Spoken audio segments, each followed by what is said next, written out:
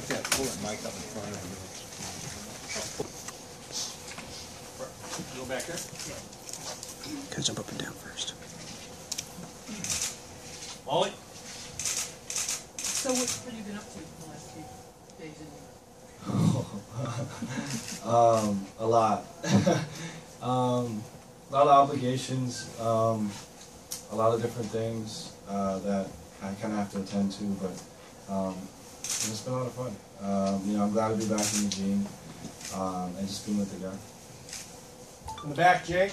Marcus, the Heisman seems kind of like a club, or at least it's promoted that way, that Heisman winners have something that they can share with each other that others can't. Jameis Winston is a Heisman winner. You're going up against him. Do you have thoughts on playing against someone who's also in your club? I think this will just be the second time ever that's happened.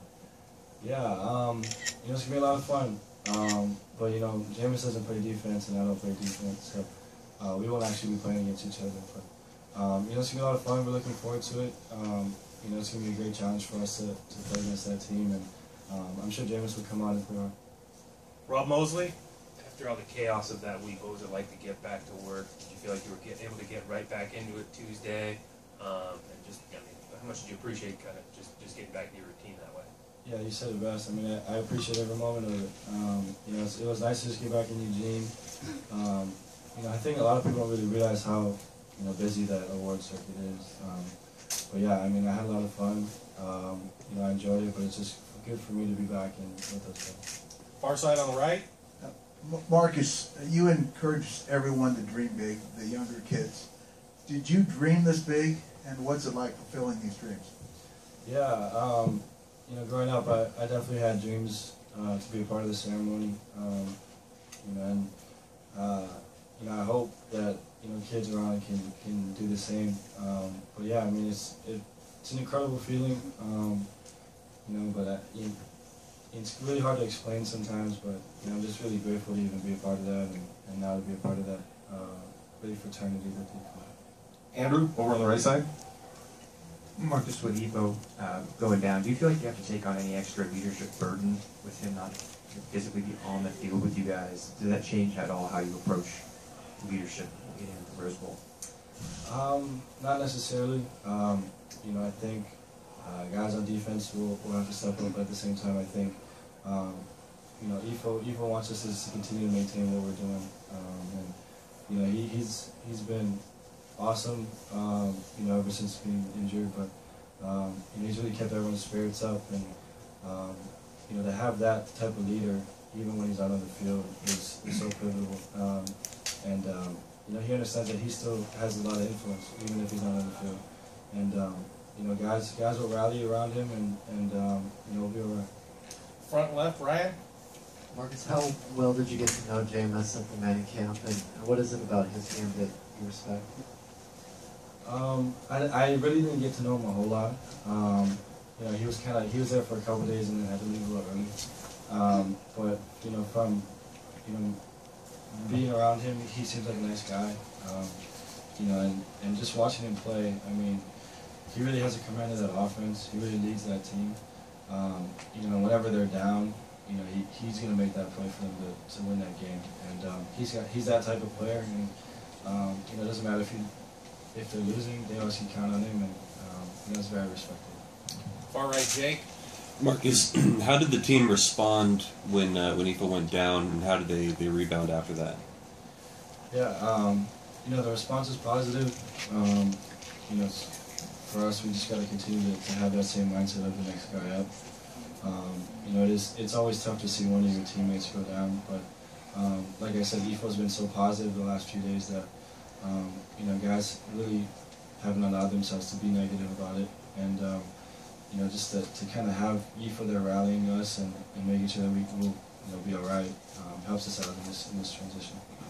Marcus, I know every game is different, but how much does it help that you're coming off this win against Arizona? It was a dominating fashion on both sides of the ball, and also the fact that this team has dealt with adversity and injuries all year, and it doesn't seem to affect the team. So both of those things, does that help this team moving forward? I would say so. It gives a lot of confidence to the team, and really just gives us that motivation to continue just to play ourselves. And you know, no matter what, you know, this process that we've been through all year, Coach Evers always talks about the process. We just got to continue to trust it. And you know, no matter what, you know, everything will work out. We just got to make sure we're all staying together and playing the best that we can. Chris Beach front. If a fellow football player called you up for some advice about how to handle going to New York, what could you offer after you've been through the experience? That's a great question. For the most part, I would tell them to try to enjoy the experience. You know, there's going to be a lot of people pulling you every which way, but for the most part, you know, enjoy it. You know, it's a once-in-a-lifetime deal. And you know, don't get too caught up with everything that's going on, and understand that, you know, there's other people that got you there, and just enjoy the moments. All the way in the back, Jake. Mentioned how much you had to do in New York. One of those things was going on David Letterman. What was that experience like, and specifically, what is the joke Heisman? Now that's mayonnaise mean? You got me there. I was reading cards, so I didn't really know what the jokes were. A couple of them were pretty funny, but that one I didn't really understand. But just again, you know, like I was saying earlier, there's a lot of obligations that go with what's going on during that award circuit. But you know, to enjoy moments like being on, you know, the Letterman show, to enjoy moments of, you know, being around Central Park or being in New York for the first time, that's the type of stuff that you just gotta, I mean, enjoy it and have fun with it, and understand that, you know, it only comes around once, and to take it all in. And you know, I was very grateful for all those experiences, and I had a lot of fun. Austin, you're on the left. Mark, you said that was your first time in New York. Had you been there before? That's the first time I remember. I'm not sure if I went when I was younger, but yeah, for me, that's really my first time. You've gotten used to dealing with celebrity, but is there a moment you can think of from the last week when it sort of hit you that, okay, this is a different level of celebrity when you're the Heisman Trophy winner? I don't know. I really try not to pay attention to that. You know, most people that you meet are generally respectful and nice, and just want to support you. So, you know, it's always nice to kind of hear that on the street or whatnot. And you know, for the most part, I really just try not to pay attention to it, and yeah, you know, I can say about that. On the right, Sam. Okay, I mean, getting back to the Letterman stuff, did you ever think when you were a kid in high school in Hawaii that you'd actually be on national television delivering the top 10 on the late night program?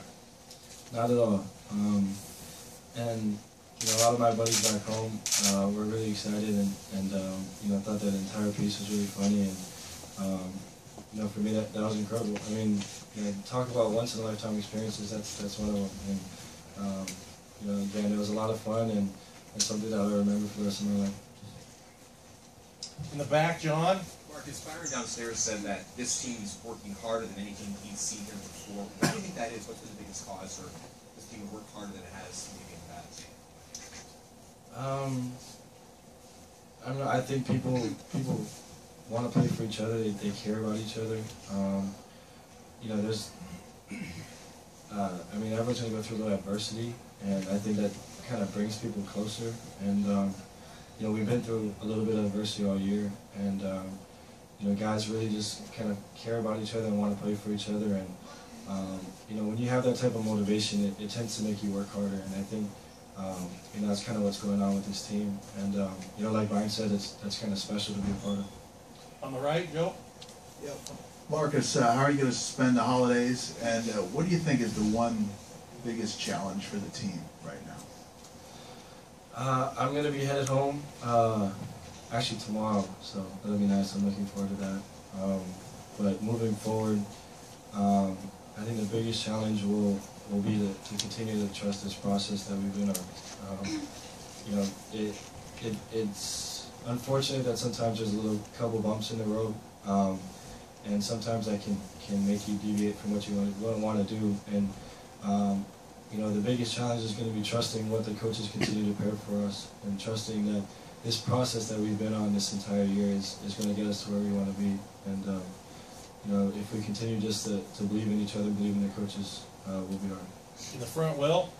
Marcus, while you were in New York, what did you do, if anything, to continue preparing for Florida State? And since you've been back, did you feel like you had to play catch-up at all? I did my best to get as many film sessions as I could while I was on the road. You know, all the time that I spent traveling, you know, I did try to watch film. You know, I didn't feel like I had to play catch-up. I felt that, you know, I was kind of where I needed to be. And that was my goal on the trip, was to prepare myself mentally so that when I came back, I didn't have to play catch-up. In the back, Jake. Marcus, getting to Florida State's defense specifically, they have 2 All-Americans. Can you talk about each one individually? Jalen Ramsey, the safety, Eddie Goldman's a defensive lineman, and what you've seen watching them on tape, what those guys did so well this year that gave them all their accolades. They're both playmakers. You know, they really are athletic guys that can make a difference in the ball game. And I mean, Ramsey, if you just watch him on film, is one of those types of guys that you know, will single-handedly turn the drive and stop it. And you know, he's a great player. He's going to make his plays. We just got to continue just to be ourselves and try to execute against those guys. We got time for 2 more. Andrew.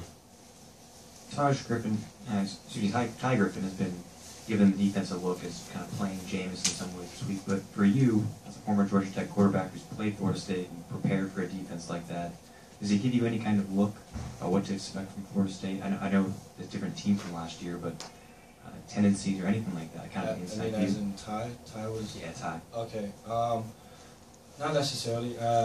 You know, I think his biggest goal right now is to be Jameis Winston, and you know, his main focus has been that. You know, he really has done a great job all year being that scout guy, and you know, I'm sure if he feels that, you know, there's tips or things that we need, he'll let us know. But for now, I think his main goal is to be the best Jameis Winston that he can be. All right, last question right here, Ryan. Marcus, have you had a chance to mentor Ty and Morgan at all, and how do you see that future of the position whenever you do decide to leave? I've done my best. You know, those guys have done a great job of coming in and learning on the fly. You know, they really have taken it upon themselves to be the best that they can be, whether it's in scout or whether it's, you know, taking reps in certain situations. And you know, those guys have come a long way. I'm excited for the futures. I think they both are very athletic guys that can throw the ball. And you know, it'd be fun to watch them grow and to see them become football players. Thank you, Marcus. Thank you. Have a good one. Have a good Christmas. Thank you.